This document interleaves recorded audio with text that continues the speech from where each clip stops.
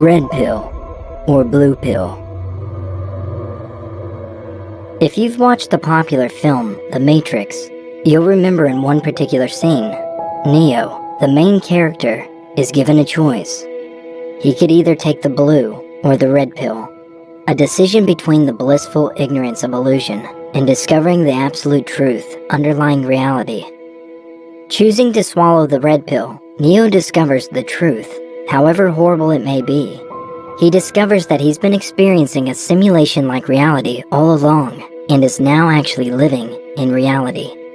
But that's just a film, right?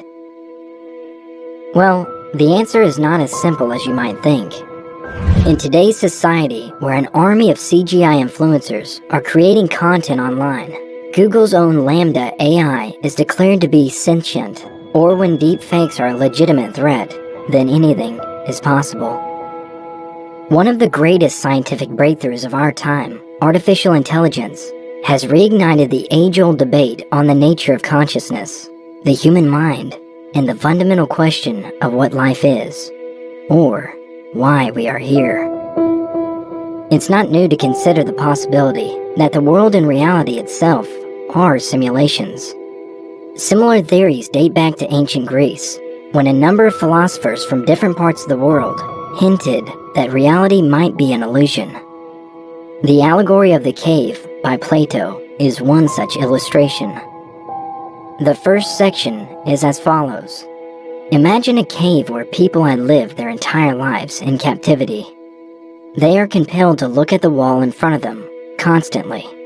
They are unable to look outside of the cave, each other, or themselves. They only know this wall. A walkway separates the captives from the fire, which is behind the prisoners. Shadows are cast on the walls. As individuals move close to the fire and the inmates mistake the shadows to be real because they don't know any better. And when a bystander speaks, the inmates think it's the shadows speaking.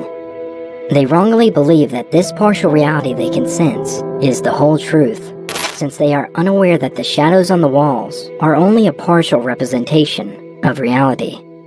This allegory can be interpreted in a variety of ways and used to discuss a wide range of subjects.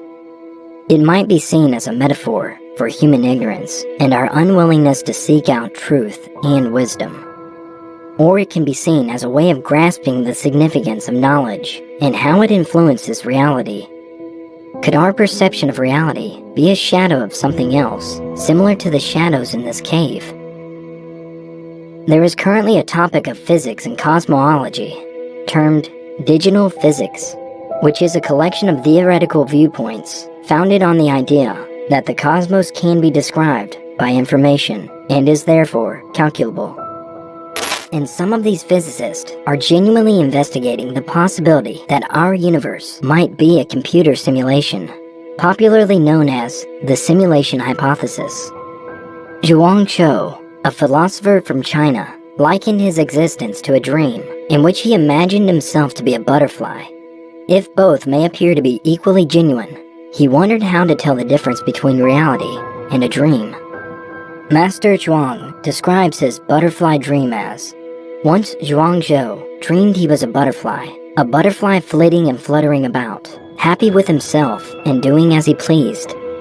He didn't know that he was Zhuang-Zhou. Suddenly, he woke up and there he was, solid and unmistakable Zhuang-Zhou. But he didn't know if he was Zhuang-Zhou who dreamt he was a butterfly, or a butterfly dreaming that he was Zhuang-Zhou. Unless you have mastered the ability to lucid dream, when we sleep most of the time, we are unaware that this is a dream. Of course, we wake up and laugh at ourselves for believing the incredulous nightmare we just experienced. But when we are asleep, the dream world around us is very real. Could this reality be a dream? Are we at some point going to wake up? This is aptly portrayed in the movie Inception, where reality, subconsciousness, and the dream world is so entangled that we sometimes are unable to tell the difference. Elon Musk stirred some controversy by claiming that we were likely living in a simulation, as he often does. According to his reasoning, if technology continues to advance at current rate, it will soon be impossible to tell video games apart from reality. Are we all characters in someone's supercomputer? Do we emulate cosmic overlords like we mimic Fortnite characters? Let's discuss a few ideas. Video games, in which we control a certain character on the screen and embark on numerous adventures, are popular worldwide. But, as technology advances, program visuals and detailing get better and better, and characters on screens start to seem more real than ever. How do we know if we are participating in a simulation? Do the characters in our video games understand they are not actual people, but rather part of zeros and ones coded computer programs? How do we determine what is real? In simple terms, anything we can perceive with our 5 senses is reality. What senses do characters in video games have? Similar to how the neural network in our brain governs our body, an artificial system can be controlled by an artificial neural network, or ANN, which has undergone a lot of advancement in recent years. Theoretically, it's conceivable that we're in a simulation right now, and that we can mimic a time in the distant future when we'll have advanced technology. The question of how we can do it, and whether it's genuinely feasible, still exists. What do you think of the simulation theory that describes reality? Do you believe that we're merely actors in a technologically sophisticated simulation? Nick Bostrom, a Swedish philosopher with training in theoretical physics, computational neuroscience, logic, and artificial intelligence, is credited with popularizing computer simulation theory. He postulated that there is a large chance that all of mankind will evolve to a level where we will be able to simulate our forebears.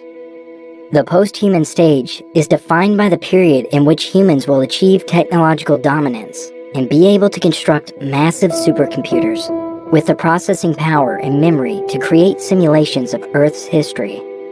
The simulation hypothesis was put forth by philosopher Nick Bostrom in 2003. Instead of just asserting that we are in a simulation, Bostrom offers 3 hypotheses and claims that at least one of them is almost definitely correct. These suggestions are as follows. The fraction of civilizations that reach a stage where they are capable of running simulations good enough to fool their inhabitants is very close to 0.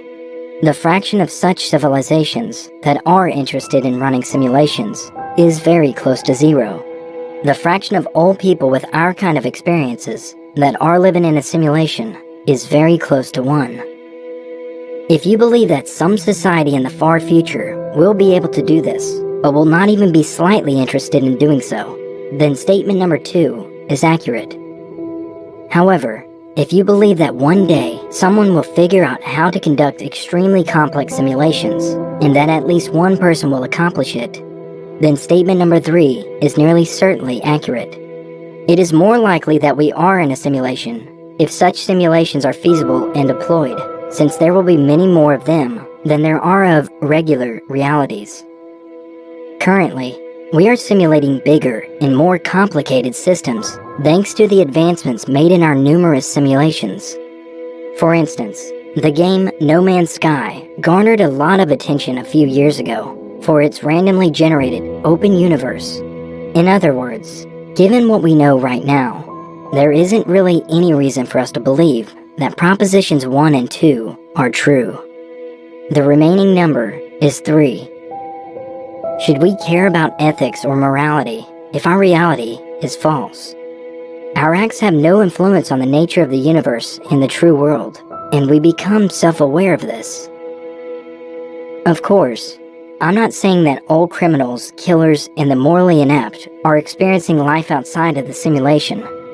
But, in video games such as Grand Theft Auto or other open-world games, are you considering morals when you know there's no consequence? Whether or not people think they're in a simulation, according to Bostrom, individuals should behave appropriately because there is always the potential that their assumptions are wrong.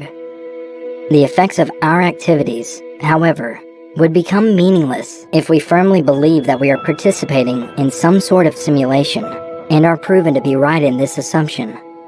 Simultaneously, developments in biotechnology, virtual reality, artificial intelligence, and other fields are continuing to make simulations more credible.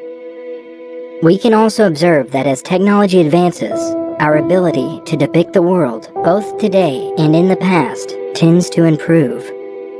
It is plausible to believe that, in the future 1,000 years, 100,000 years when these developments and our interest in building world simulations continue, there won't be any discernible difference between reality and simulation. At that time, it will imply that artificial entities with consciousness have been produced. Will there ever be a moment when we won't need to worry about the future and can simply run simulations of every possible outcome and choose the best path based on the results? Or are we already a part of a simulation being run by a species that existed before humans to study how the cosmos develops? Or are we merely a science experiment for a person who defies the laws of physics? Or are we just living in some higher being's game that could be turned off at any time? So, what will it be? Red or blue?